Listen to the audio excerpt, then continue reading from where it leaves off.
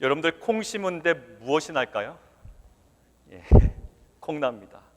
예, 팥 심은 데는요? 예, 팥납니다. 예. 자, 원인이 있으면 원인에 따른 합당한 결과가 나온다라는 거죠. 원인이 콩인데 결과가 팥으로 나오지 않고 원인이 팥인데 결과가 콩으로 나오지 않는다라는 이야기입니다. 자, 수많은 원인이 되는 요소들이 우리 삶 가운데 있거든요. 근데 그 수많은 원인이 되는 요소들이 결국 또 수많은 결과들을 양산해냅니다.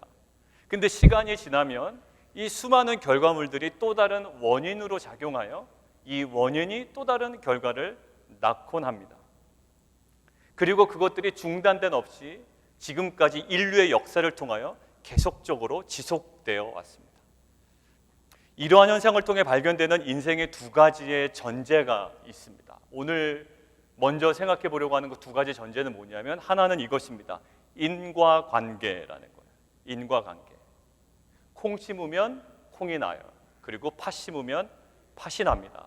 그거 당연한 것 아닙니까? 라고 하지만 실은 이 인과관계에 한번 얽혀버리면 돌이킬 수 없는 문제가 생깁니다. 왜? 내 인생에는 온통 콩밖에 없거든요. 내 인생에는 온통 팥밖에 없거든요. 아무리 눈을 씻고 찾아봐도 다른 것들은 없습니다. 그러기에 인생 그렇게 결정난 것 아니냐. 인생이 가장 비참한 것은 그렇습니다. 어떠한 가능성이 있다라고 하면 괜찮은데 실은 인생이 가장 비참할 때가 뭐냐면 너 인생 돌이킬 수 없다. 너 부모 때문에 받은 상처 돌이킬 수 없다. 너 결혼 때문에 얻은 상처 돌이킬 수 없다. 너 지금 재정적인 어려움 때문에 받은 어려움, 그것 때문에 생긴 여러 가지 상처들 돌이킬 수 없다. 여러 가지 중독된 너의 삶 돌이킬 수 없다. 돌이킬 수 없다. 어떠한 원인 때문에 결과는 정해져 있다. 돌이킬 수 없는 인생이라고 규정되는 것, 이것이 굉장히 힘든 겁니다. 콩 심은 데 콩 나고 팥 심은 데 팥 나는 낭만적인 인과관계는 괜찮습니다만 우리 안에 항상 좋은 원인들만 있지는 않기 때문입니다. 두 번째 이겁니다. 중단되지 않는 직선적인 시간관이에요. 결국 뭐냐면 이 인과적인 연결, 원인이 있으면 결과가 있고 결과가 다시 원인이 되어 또 다른 결과를 낳고 이것들은 멈추지 않고 연결되어 있고 지속된다는 거예요.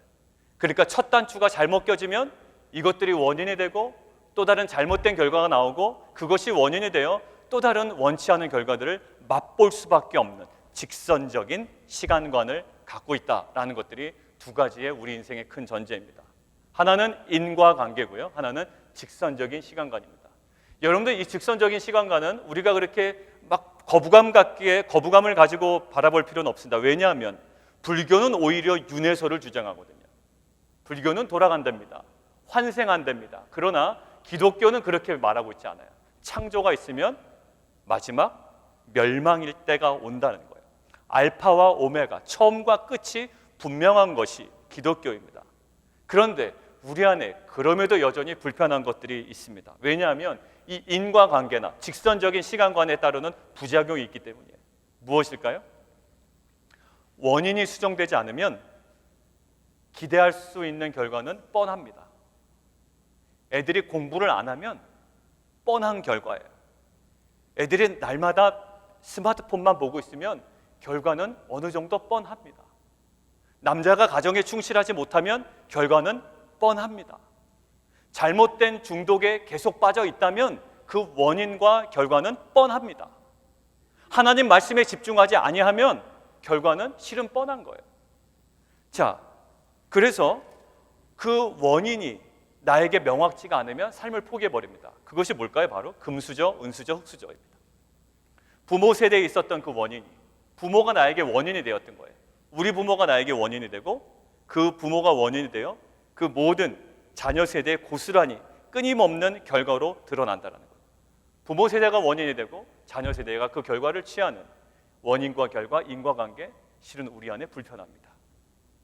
안타까운 현실이지만 우리가 이 세상을 살아가면서 이러한 두 전제, 인과관계, 직선적인 시간관, 이 두 개를 우리가 부정하면서 살아갈 수는 없어요.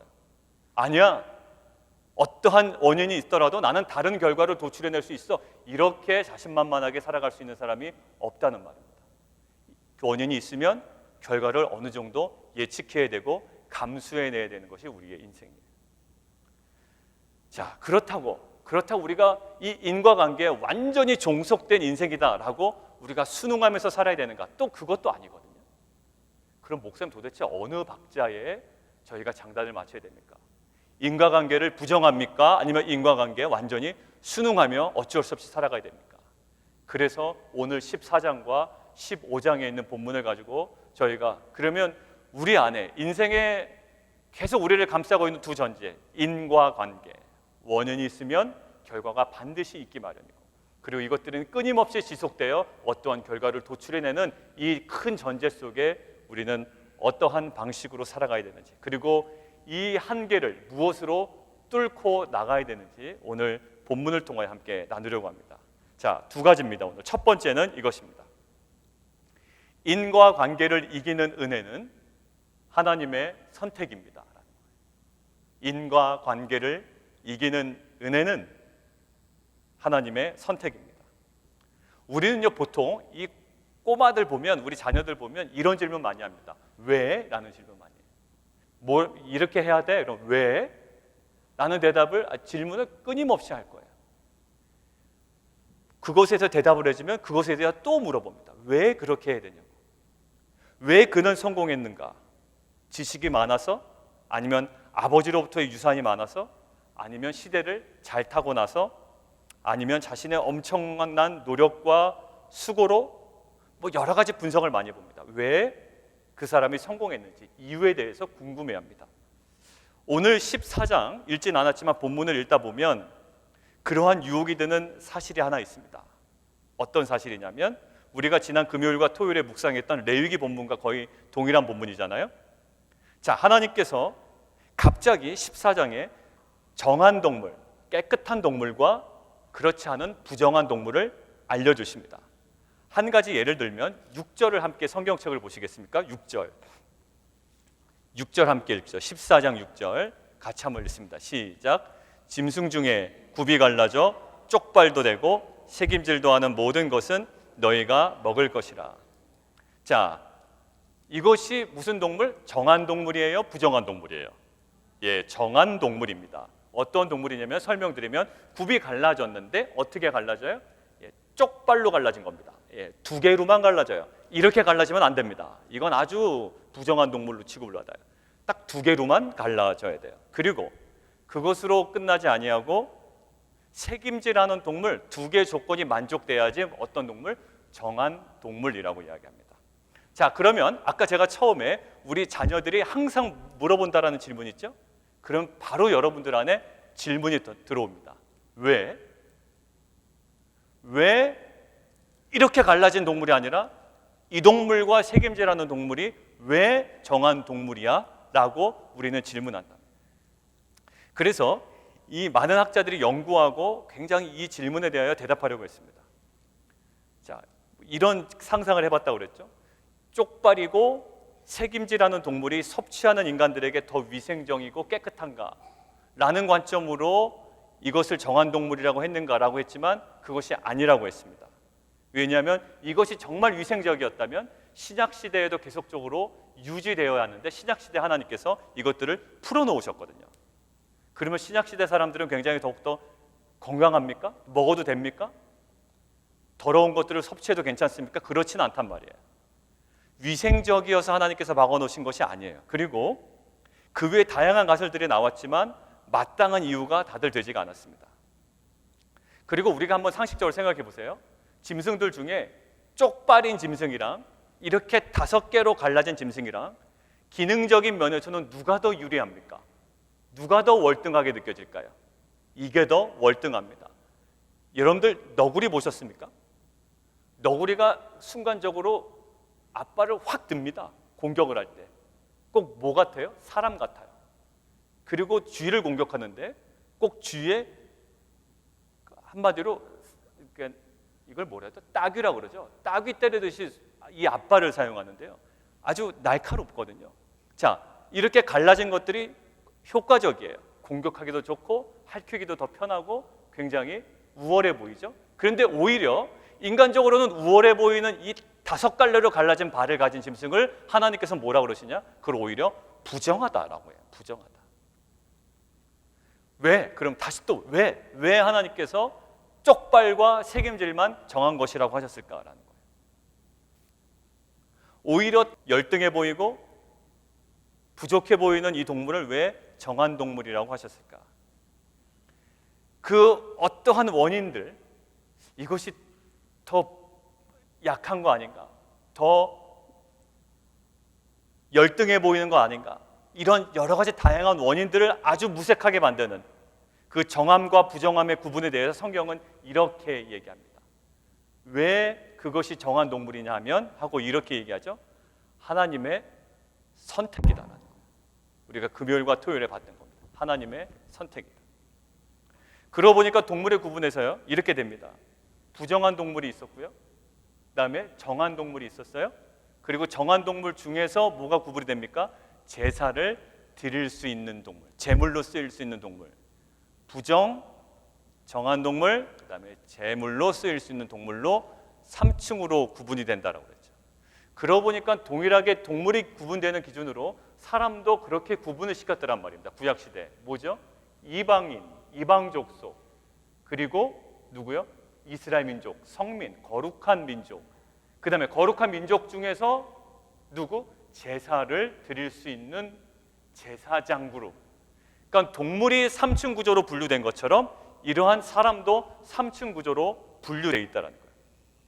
자, 결국 이방인과 이스라엘 민족을 구분시키시고 이스라엘 민족 중에서 제사를 드릴 수 있는 제사장을 구분시키는데, 이 인간들을 3층 구조로 구분을 한 원인을 또 뭐라고 그러시죠? 하나님께서 또 물어봐죠. 왜 이스라엘 민족을 거룩한 민족으로 부르셨습니까? 그리고 왜 아론과 그의 자손들을 왜 제사장으로 부르셨습니까? 왜요? 왜? 성경은 무엇이라고 대답합니까? 그들이 좀 깨끗해서? 아니면 키가 좀 커서? 인물이 좋아서? 언변이 좋아서일까요? 아니면 리더십이 보장되어 있어서? 전혀 그런 얘기가 언급되어 있지 않습니다. 동물을 선택한 이유가 어떠한 원인을 무색하게 만드는 하나님의 선택이었던 것처럼 이 사람의 그룹을 나눈 이유도 성경에 어떠한 이유가 명시되지 않더란 말입니다. 뭐였죠? 하나님의 선택입니다. 하나님 왜 아브라함을 부르셨습니까? 하나도 얘기하지 않으세요. 하나님의 선택이에요. 아브라함의 아버지가 우상을 만드는 사람이었는데, 그리고 그 바벨탑을 쌓았던 그 아주 퇴폐했던 그 지역에 살던 사람인데, 거룩한 도시에도 거주하지 않고 정말로 하나님을 배격하고 달신을 숭상하고 바벨탑을 쌓았던 그 인근에 살았던 아브라함인데 왜 아브라함을 약속의 시조로 삼으셨습니까? 하나님은 어떠한 대답도 하지 않으세요. 딱 한 가지 하나의 대답은 하나님의 선택이었어요. 자, 결국 뭘까요? 여러분들 이 구약 시대 때 이제 이 음식을 가지고 밥을 먹습니다. 밥을 먹을 때 이런 대화를 하게 되었을 것이라고 학자들이 이렇게 예상을 많이 합니다. 자녀가 물어보죠. 아빠, 왜 우리는 돼지고기를 못 먹어요? 왜 우리는 소고기만 먹고, 왜 우리는 양고기만 먹고, 왜 우리는 염소고기만 먹어요? 라고 우리 자녀가 물어봅니다. 왜 우리는 소고기만 그렇게 먹어요? 왜 양고기만 그렇게 먹죠? 라고 물어본다면 부모님이 뭐라고 얘기할까요? 소고기가 좀 깨끗하기 때문이야. 아니면 몸에 더 건강에 유익하기 때문이야. 라고 이야기하지 않는다고요. 뭐라고 이야기할까요? 하나님께서 소고기와 양고기와 염소고기를 선택하셨기 때문이야. 어떠한 원인도 없어요. 뭐 인과관계가 있어야죠. 그런데 하나님이 선택하셨기 때문에 우리는 이것을 먹는 거야 라는 거예요. 결국 그들은 식사하면서 다시 한번 깨달았을 것입니다. 뭘 깨달았을까요? 정한 동물과 부정한 동물은 세상에 제시하는 어떠한 우열의 원인으로 구분된 것이 아니라 오직 하나님의 선택으로만 구분이 되었다라는 거예요. 자, 그래서 학자들이 이렇게 정리했습니다. 뭐라고 정리했냐면 그대로 제가 학자들의 의견을 읽어드리겠습니다. 이 음식법은 이스라엘 백성들에게 이스라엘을 향하신 하나님의 선택의 은혜를 상기시켰다라는 거예요. 뭘 통해서? 하나님이 선택하신 동물만 먹음을 통해 하나님께서 이스라엘을 선택하셨다라는 은혜를 계속적으로 상기시켰다라는 거예요. 그들은 사실 애굽보다 우월하지 못했습니다. 가나안 족속의 문명보다 발달된 민족도 아니었습니다. 그들은 430년 동안 노예 생활했습니다. 광야에서 거의 불황자 같은 생활을 했습니다. 세상적으로 보면 굉장히 순수한 흑수저였습니다. 선택받을 수 없는 다양한 원인들을 갖고 있는 이스라엘 민족입니다. 선택받을 수 없는 민족이에요. 우리가 초반에 얘기한 인과관계라는 틀 속에서 보면 그들은 탈락되어 마땅합니다. 그들은 선택받기는커녕 오히려 세상이 지금 꽉 잡고 있는 인과관계라는 틀 속에서 보면 이 이스라엘 민족은 오히려 탈락되어야 마땅한 거예요. 그러나 그러한 세상이 잡고 있는 인과관계가 깨어져 버립니다. 세상적으로 보면 이러한 원인에서 이러한 결과가 도무지 나올 수 없는 민족이 이스라엘 민족이에요. 이러한 A라는 원인에서 이 B라는 결과가 나올 수 없는 민족이 누구예요? 이스라엘 민족이라고요. 이스라엘 민족을 통해서는 세상의 인과관계를 설명해 낼 수가 없어요. 아브라함을 통해서는요, 세상의 인과관계를 설명해 놓을 수가 없어요. 그러니 세상의 인과관계를 깨는 은혜가 있는데 그것은 뭐라고요? 하나님의 은혜라는 거예요. 설명할 수 없는, 그리고 세상이 거부할 수 없는 이 인과관계, 너 이러한 원인이 있으니 이러한 결과는 불보듯 뻔하다라는 이러한 세상에 꽉 잡고 있는 인과관계를 깰 수 있는 하나의 은혜가 있는데 하나님의 선택이라는 겁니다. 우리는 다양한 그리고 열악하고 부족한 상황들, 또 그러한 원인들, 나는 IQ가 좀 부족해, 아니면 성장 과정이 그렇게 원만하지 못했어, 부모와의 관계가 좀 부족해, 아니면 나의 학벌은 좀 약해, 나의 정서적인 불안감은 숨길 수가 없어, 나의 열등감, 이것들은 나에게 치명적인 아킬레스건이야 라는 어떤 원인들이 우리 안에 산재해 있단 말이에요. 그런데 그것 때문에 조급해하거나 절망이 우리 가운데 임할 때 우리가 꼭 기억해야 되는 것이 있습니다. 왜 절망할까요? 이러한 원인들이 있기 때문에 내 생에는 저런 결과가 될 거야 라는 생각, 돌이킬 수 없다라는 생각 때문에 우리가 절망스러운 거거든요. 다양한 원인들 때문에, 정말 부족한 원인들 때문에 여러분들이 절망한다면 꼭 기억해야 되는 것들이 있습니다. 그 다양한 현실적인 절망할 수밖에 없는 그 원인에 집중하기보다, 절망할 수밖에 없는 원인에 집중하기보다, 그러한 결말로 이끌 수밖에 없는 그 원인에 집중하기보다 오히려 소망으로 우리를 이끌어 가시는 하나님의 선택에 집중하는 귀한 공동체가 되기를 원합니다. 그러고 보니 오늘 14장 음식규례를 얘기하시면서 강조하시는 부분이 있습니다. 오늘 2절과 21절이거든요. 자, 음식규례를 설명하기 전과 음식규례를 설명할 때에 동일한 표현이 있습니다. 2절 한번 보시겠습니까? 2절. 자, 같이 한번 읽습니다. 시작.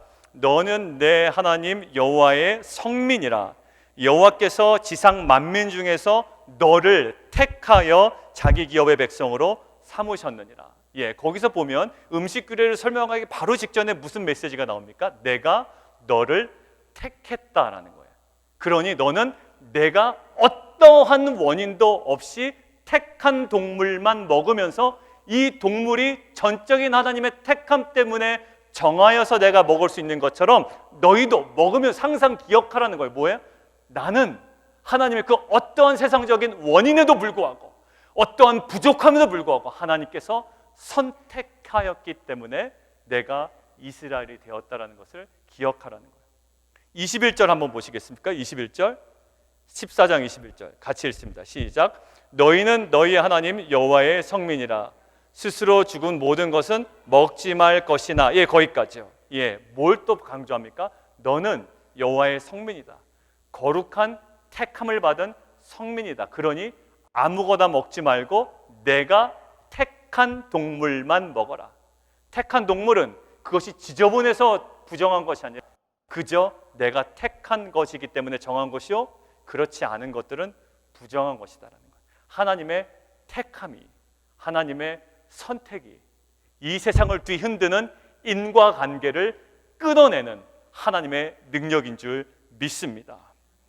자, 하나님의 선택은요, 수많은 열등한 원인들을 무색하게 만드는 인과관계에 종속되어 절망 가운데 있는 인생들을 새롭게 하시는 하나님의 은혜요 능력인 줄 믿습니다. 여러분들이 어떠한 일을 맡을 때 누가 이렇게 옆에서 초를 치던가요? 여러분들을 잘 아는 사람이던가요? 모르는 사람이던가요? 여러분들을 누구보다도 잘 아는 사람들이 여러분들을 새로운 일을 할 때 초를 칩니다. 무슨 거 가지고 초를 치던가요? 너 평소에 이러이러한 삶의 원인들이 있던데 너 제대로 할 수나 있겠냐라는 거예요.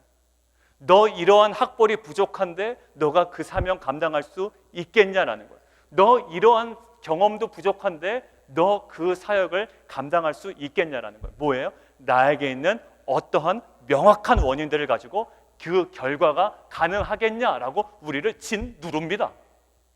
근데 그 짓누르는 상황 가운데 꼿꼿이 써 있는 사람이 있다고요? 뭐라고요? 하나님이 나를 그 일에 부르셨다라는 거예요. 하나님이 나를 그 일에 부르셨다라는 거예요. 너 무식하잖아. 너 공부도 못했잖아. 너 담임 목사로서 자격이 과연 있는 거야?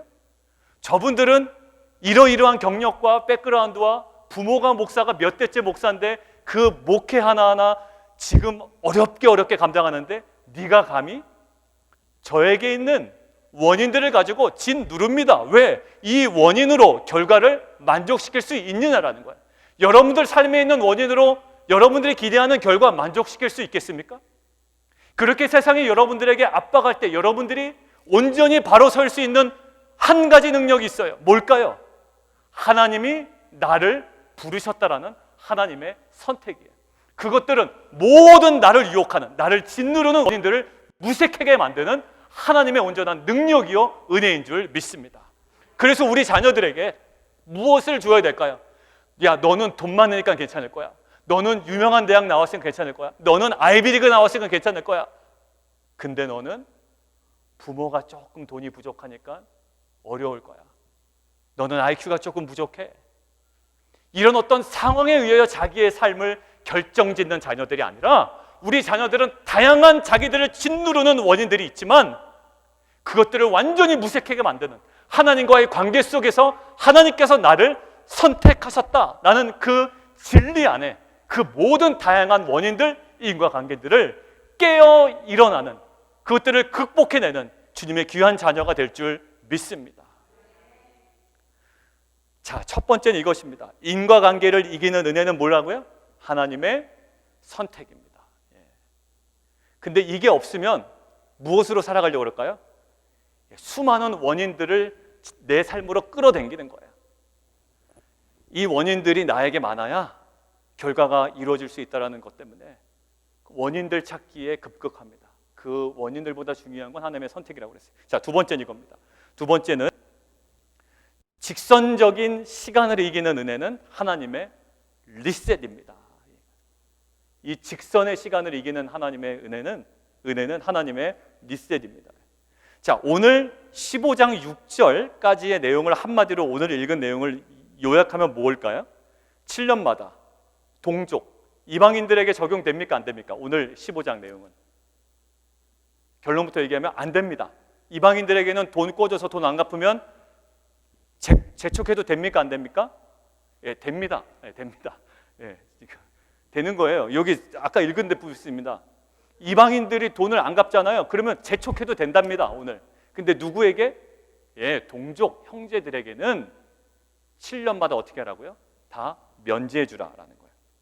면제해 주다라는 말이 히브리어로 쉐미타라거든요. 근데 이것의 어근은 샤마트예요. 이 샤마트라는 뜻은 뭐냐면 릴리스 시키다예요.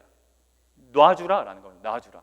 그러고 보니까 이 15장 후반부에 보면 노예들을 내 손에서 놔주라라는 말이 있어요. 그러니까 놓아주라라는 거예요. 샤마트, 놓아주라, 릴리스 시켜라라는 거예요. 자, 그리고 오늘 12절에서 18절 한번 보실래요? 12절에서 18절 읽진 않았지만 거기는 뭐냐면 너희 동족 중에, 여기도 또 동족입니다. 예, 이방인 해당 안 돼요. 동족 중에 히브리 남자나 여자나 노예로 팔려왔잖아요, 나에게. 그러면 그들이 6년 동안 열심히 섬긴 후에는 몇 년째? 7년째는 어떻게? 그들을 릴리드 시켜주라는 거야. 예, 놓아주라라는 거야. 이것이 오늘 본문의 핵심적인 내용입니다. 결국 뭘까요? 직선적인 시간관 속에 어떠한 원인 때문에 노예가 됐단 말입니다. 그런데 뭐 어떤 일 때문에 빚을 냈어요. 근데 갚을 길이 없는 거예요. 그런데 빚을 감당할 수 없는 자는 이 대대로 이 빚이 물려지게 되는 거거든요. 직선적인 시간관에서 누가 끌어주지 않으면. 그런데 한 번 노예가 되면 노예도 대물림이 되고 계속 고착화됩니다. 그런데 오늘 15장의 하나님은 어떤 하나님일까요? 하나님의 명령대로 너희 공동체가 잘 순종하지 않냐? 너희 공동체가 이 명령을 그대로 순종만 하면 가난한 자가 있다 없다? 없다라는 거예요. 자, 그런데 제가 구약의 뒷부분을 그냥 아예 먼저 끌어다가 말씀을 드리겠습니다. 이대로 그대로 순종했을까요? 아니면 이들이 순종하지 못했을까요? 순종하지 못합니다. 순종하지 못해서 그들이 부랴 이제 그 높으신 분들이 이제 이것들을 우리가 다시 한번 지켜보자라고 이제 법제화합니다. 법제화했는데 또 밑에 있는 사람들이 이간질해서 이것들을 무마시켜 버립니다. 하나님이 그것 때문에 굉장히 노하십니다. 이것만 잘 지키면 너희 공동체에 가난한 사람이 없을 거야. 이거라는 거예요. 자, 오늘 15장의 하나님은요, 결국 이대로 순종만 하면 빚을 감당할 수 없는 자의 인생이 어떻게 되고요, 이 직선적인 시간관 속에 평생 노예로 살아야만 했던 자의 인생이 순간 정지되더라는 거예요. 순간 정지되고 뭔가 변화되는 은혜의 시간이 임한다라는 거예요. 그리고 정지된 이후에 새로운 자유가 시작되는 은혜가 임한대요. 그들의 삶은 직선적이에요. 뭔가 끊임없이 원인과 결과에 어떠한 방향으로 흘러가게 되어 있습니다. 여러분들 자녀들의 삶이나 지금 뭔가 삶의 목적을 다 상실한 사람들 보세요. 그 삶이요, 한 방향으로 계속 흘러갑니다. 절망으로 향하던 삶은 계속 절망으로 가고요, 네 삶이 멈춰지지가 않는 거예요. 그런데 갑자기 멈춰지지 않았던 그 삶에 하나님께서 스탑 사인을 내신대요. 갑자기 인생이 뚝하니 멈춥니다. 그리고 새로운 방향, 새로운 출발이 시작이 된대요. 자, 그런데 감당할 수 없는 빚을 면제하는 근거, 그리고 종을 놓아줘야 되는 근거를 오늘 본문은 무엇이라고 얘기하냐면 15절 한번 보세요. 15장 15절. 왜 빚을 면제해 주라고 그러고 왜 종을 아깝게 그냥 붙잡아 놓으면 본인에게 도움이 되는데, 본인 가정에 도움이 되고 내가 좀 편한데 왜 종을 풀어줘야 되는지 15장 15절에 이렇게 기록하고 있습니다. 15절 같이 한번 읽습니다. 시작. 너는 애굽 땅에서 종되었던 것과 내 하나님 여호와께서 너를 속량하셨음을 기억하라. 그것으로 말미암아 내가 오늘 이같이 내게 명령하노라. 예, 왜 종을 풀어줘야 되냐면 하고 이야기하는 게 뭐예요? 너가 종되었었잖아. 근데 내가 너를 속량해 줬잖아. 근데 그것은 나에게 원인이 있다 없다? 전혀 없다. 왜 이스라엘 민족을 속량해 주셨나요? 라고 성경에다가 물어본다면 성경의 대답은 오직 하나. 내가, 내 하나님이 내가 선택했기 때문에, 이거 말고는 없어요. 자, 결국 뭐냐면 애굽 땅에서 종되었던 것, 하나님께서 너를 속량하시고 출애굽 시키신 것을 기억하래요. 그것 기억하면서 종 풀어주고 빚진 자에게 모든 것을 면제해 주려고 합니다. 자, 야곱이 창세기에서 하나님 말씀을 듣고 어디로 들어갈까요? 애굽으로 들어가죠. 약속의 땅이 아님에도 들어갑니다. 하나님께서 애굽으로 내려가기를 두려워하지 말라 야곱아, 내가 너희 민족을 이끌어내겠다라고 이야기해서 순종해서 애굽으로 들어가거든요. 그런데 애굽에 발을 들여놓은 이후에 요셉이 살아있을 동안에는 별 문제가 없어 보였습니다. 그 애굽에서의 삶이. 그런데 430년 동안 지속적으로 이 이스라엘 민족은 노예 신분이라는 고통 가운데 계속적으로 살아가게 돼요. 어느덧 시간이 흘러요. 노예의 현실과 상황에 익숙해져 갑니다. 도저히 벗어날 수 없는 이 직선적인 시간관 속에 돌이키지를 못하는 거예요. 돌이킬 수가 없어요. 그저 시간은 직선적으로 계속 흘러갑니다. 과거를 아무리 회상해 보아도, 하나님께서 야곱을 축복하시고 이스라엘을 축복하셨던 과거를 회상해 보아도 이 시간은 계속 애굽의 압제라는 현상 앞에 아주 그냥 무기력하게 계속 흘러갑니다. 방법도 없어 보이고 돌아갈 힘도 없고 길도 없어 보입니다. 그런데 하나님께서는 이스라엘의 이런 악순환을 허용하지 않으세요. 하나님께서 개입하시죠. 그래서 시간을 갑자기 정지시키십니다. 그리고 새로운 시작을 진행해 가시는 것. 이것이 뭘까요? 그것이 출애굽이었어요. 결국 리셋의 은혜가 임한 겁니다. 리셋의 은혜. 정지와 새로운 시작이라는 리셋의 은혜를 기억하라 라고 말씀하시는 거예요. 너 인생 그저 그렇게 흘러가는 인생 아니었냐라는 거예요.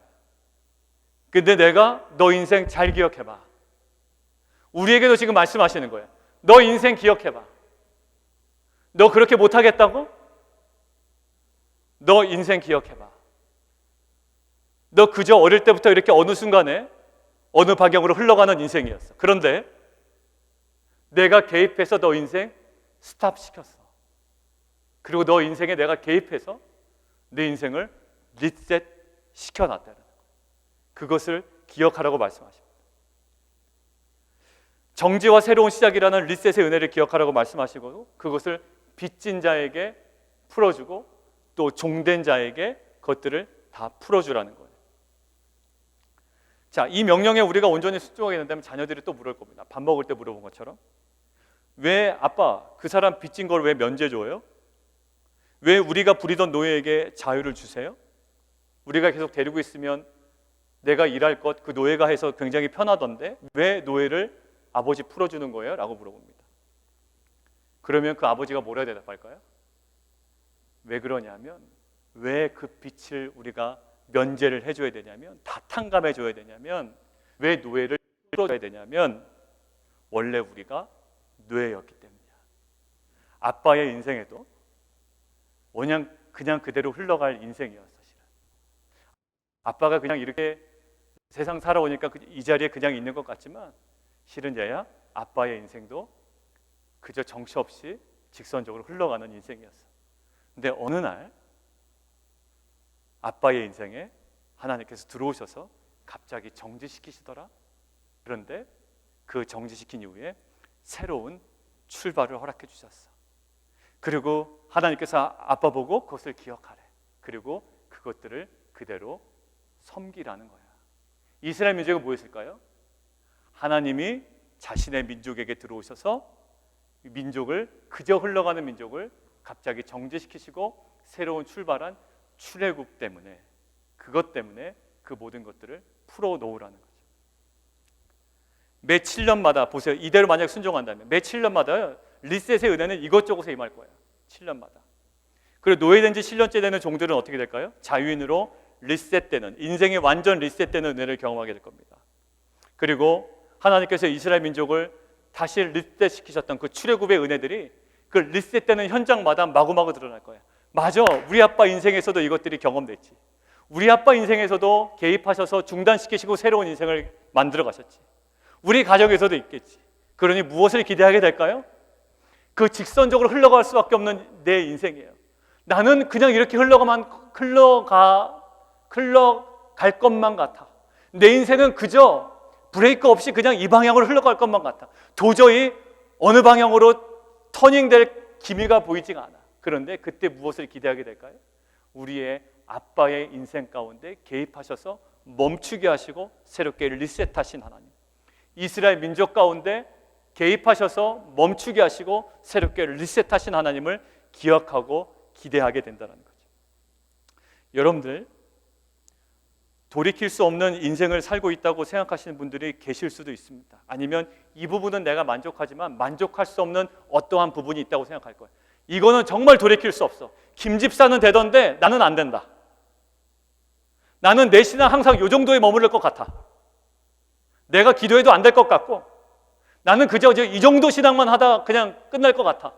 나는 돌이킬 수 없어. 내 삶은 그냥 이 방향으로 갈 것 같아. 한 번 정해진 인생, 그냥 내 수준은 이 정도 수준에서 마무리될 것 같아 라는 어떠한 부분에 있어서는 절망적인 어떤 인식으로 살아가는 삶이 있어요. 자, 그런데 내 인생에 과거의 흔적이 너무나도 심하게 남아서 그것으로부터 자유롭지 못한 심정으로 살아가고 있는 분들도 있습니다. 경제적인 무너짐, 부모의 학대로 인한 상처, 오히려 부모는 있었지만 그 부모의 학대로 상처를 받은 거예요.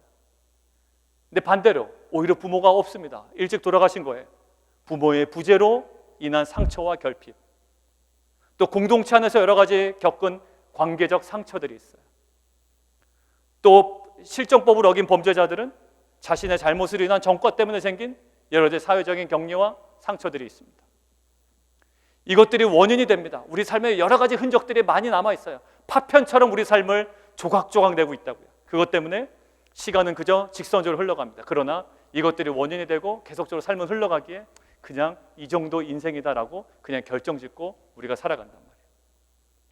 그래서 그저 운명 같은 불행한 흔적들을 애써 감춥니다. 그리고 상처에 영향을 받고 살아가는 것을 당연하게 여기며 살아간다고요. 그런데 오늘 본문을 통해 하나님께서 말씀하십니다. 빛이 있는 자는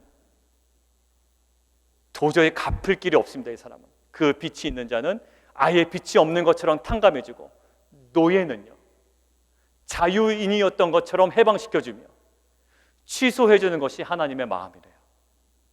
하나님은 재출발시키시는 하나님이에요. 신약에서 나오는 돌아온 탕자에게 아버지는 어떻게 하죠? 시간을 멈춥니다. 밖에 가서 완전 개차반처럼 살았죠. 근데 하나님은 갑자기 아버지는 시간을 딱 멈추세요. 그리고 이 아들을 과거의 아들이었던 신분으로 다시금 리셋해 주십니다. 하나님은 그 탕자의 아버지처럼 절망이고 끝장이라고 여기며 살아가는 우리의 인생에 재출발의 기회를 끊임없이 허락해 주신 하나님을 믿습니다. 왜 이것을 이스라엘 민족의 역사 가운데 깨닫게 하시고 이것을 기억하시면서 누구에게 그 기회를 계속적으로 주라? 노예에게 주고 갚을 길이 전혀 가능성이 없는 빚진 자의 것들을 끊임없이 7년마다 주라는 거예요. 왜? 하나님은 이러한 기회를 인생 가운데 허락하시는 하나님이에요. 여러분들 끝난 것 같죠? 여러분들 수년간 변화되지 않은 여러분의 삶을 보고 나는 이 정도 수준의 인생이라고 여러분들의 삶을 평가하죠? 그렇게 순응하며 살아가죠? 아니요. 하나님은 이스라엘 민족에 개입하셔서 새 출발을 하게 하신 하나님이 이제는 그러한 하나님이 각자의 인생 가운데 갚을 길 없는 빚진 자에게 그리고 평생 노예로 살아가는 자에게 스탑 시키시고 새로운 출발을 하게 하시는 하나님이시라는 거예요. 여러분은 인생 끝나지 않았습니다. 아닙니다. 목사님, 저는요 죽으면 천국 가는 거 압니다. 그냥 이 땅 가운데 이렇게 살아가다 끝나가도 괜찮습니다. 아니요. 하나님은 이 땅 가운데서도 여러분들의 빚진 자라면 혹은 그 이하의 어떤 처분을 받은 자라면 노예라면 그곳에 머물게 하지 아니하시고 그것들을 스탑 시키시고 새로운 출발을 하도록 하십니다. 여러분의 인생을 하나님께서 도전하실 거예요. 잠깐 멈춰라. 인생 계속 흘러가는 것 같습니다. 하나님께서 아마 여러분들의 인생을 강제적으로 멈추게 하실 수도 있습니다. 그러나 그 멈춤 때에 여러분들 꼭 기억하십시오. 탕자의 인생을 멈추게 하시고 이스라엘 민족을 멈추게 하셔서 결국 새로운 출발, 리셋 시키시는 하나님이셨어요. 여러분들 지금 굉장히 멈춰 있는 것 같죠? 그런 여러분들 꼭 이때 기억하는 은혜가 있기를 원합니다. 멈추게 하신 하나님은 우리의 인생을 영광스러운 거룩한 하나님의 백성답게 새롭게 리셋하시고 새롭게 다듬어 가신 하나님이신 줄 믿습니다. 예수님께서도 메시아 사역을 감당하실 때에 이렇게 얘기하셨습니다. 주의 성령이 내게 임하셨으니 이는 가난한 자에게 복음을 전하게 하시려고 내게 기름을 부으시고 나를 보내사 포로된 자에게 이전의 자유를, 눈먼 자에게 다시 보게 함을, 원래 봤던 자예요. 그런데 다시 보게 함을, 그리고 눌린 자를 자유케 하고 주의 은혜를 전파하게 하라 하십니다. 결국 예수 그리스도를 영접하고 의지하며 신뢰하는 자는 운명처럼 직선으로 흘러가는 인생을 멈추게 하시고 또 새롭게 시작하시는 하나님의 은혜를 경험할 줄 믿습니다. 그러나 세상 살아가다 보면 이 땅에서 모든 것이 온전히 리셋되지 않는 답답함을 경험하며 살아가기도 합니다. 왜 모든 인생이 현실에서 인생이 다 리셋되지 않는가? 그러나 우리는 그때 다시 기억해야 됩니다. 진정한 안식은 이 땅에서 모두 누릴 수 없습니다. 아브라함이 물리적인 약속의 땅에 있었어요. 가나안 땅에 있었다고요. 그런데 가나안에서도 아브라함은 꼭 나그네처럼 이방인처럼 살았다라고 히브리서는 기록하고 있거든요. 왜 그렇게 기록할까요? 이렇게 얘기합니다. 여전히 하나님이 계획하시고 지으실 터가 있는 성을 바랐기 때문이다. 그 진정한 약속의 땅, 진정한 안식을 알았기 때문이에요. 여러분들, 창조의 안식은 지금 우리 가운데 사라진 것처럼 보여요. 그러나 예수 그리스도의 초림과 마지막 때의 재림을 통하여 창조의 안식은 우리 가운데 회복되어집니다. 이것이 놀라운 비밀이에요. 우리 가운데 참된 안식은 이 땅 가운데 누릴 수가 없어요. 그 어떠한 만족도 우리가 누릴 수가 없단 말이에요. 그러나 진정한 창조의 완식으로 이 직선적인 시간관을 다시금 리셋하셔서 하나님께서 창조의 안식으로 우리를 돌이키실 텐데, 에덴의 안식으로 우리를 인도하실 텐데, 그것은 예수 그리스도의 재림 때, 또 우리의 모든 육체의 수고가 끝난 이후에 우리에게 주어지는 은혜인 줄 믿습니다.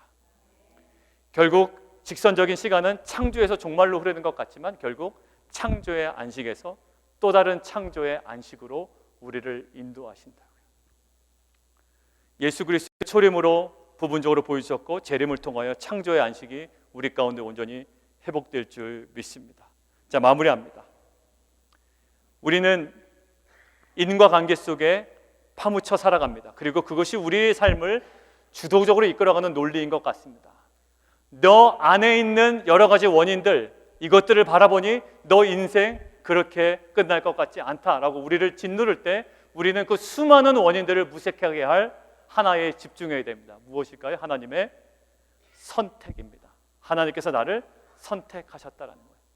그리고 시간은 끊임없이 흘러갑니다.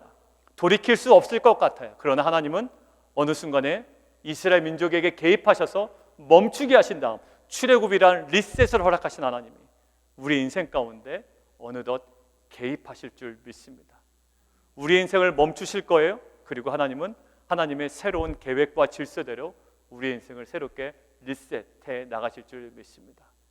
그 모든 것들을 이루어 가실 그 주님께 더욱더 집중하며 이제는 우리를 절망으로 이끄는 수많은 원인들에서 벗어나 이제는 우리를 진정한 소망으로 이끄는 그 예수 그리스도의 그 선택과 그 예수 그리스도의 그 선하신 것들을 우리가 주목하며 나아가는 귀한 공동체 되기를 원합니다. 이 시간 우리가 함께 좀 먼저 기도하고 주의 만찬을 대하도록 하겠습니다. 우리 시간 함께 좀 기도하기를 원하는 것은 주님, 우리 가운데 수많은 원인들로 인하여 우리의 인생을 스스로 규정해 놓은 부분이 있습니다. 내 월등한 원인들로 인하여 나를 교만하게 설정해 놓은 부분도 있고요. 나의 연약함 때문에 내 인생을 바닥으로 몰아놓은 경우도 있습니다. 그러나 다양한 수많은 원인들보다 그 많은 원인들을 무색하게 만드는 하나의 중요한 진리가 있습니다. 하나님이 나를 선택하셨다라는 겁니다.